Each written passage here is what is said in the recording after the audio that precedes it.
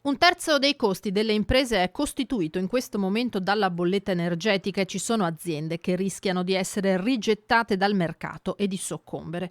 Una recente rilevazione condotta da Confartigianato Imprese Veneto su 403 attività, di cui 73 trevigiane, evidenzia che se nel 2021 l'energia pesava per il 17,6%, ora ha raggiunto il 29,5%. Il consumo di energia in passato è rimasto uguale, cioè non è che oggi le nostre aziende consumino più energia, siano più energivore, il problema è il costo, quindi questo costo che va oggi ad impattare per il 30% sul prodotto finito sicuramente non è indifferente per chi comunque oggi lavora e vende su questo mercato i propri prodotti.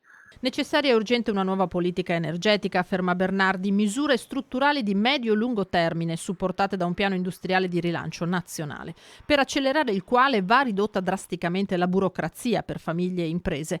Treviso in questo è già a suo modo virtuosa, è la terza provincia dopo Roma e Brescia per numero di impianti fotovoltaici in esercizio a fine 2021, il 3,2% del totale nazionale. La nostra proposta era quella comunque a breve assolutamente di dare la possibilità ai cittadini privati con degli incentivi possibilmente di installare i pannelli fotovoltaici in copertura, questo almeno sgraverebbe a fine mese la bolletta sicuramente dell'Enel, dell'energia e quindi dà la possibilità con un po' di risparmio. Nel frattempo gli imprenditori proveranno a resistere. Quasi il 60% di quelli intervistati hanno affermato che per l'inverno ridurranno illuminazione e riscaldamento, un 4% ipotizza addirittura di abbassare le saracinesche.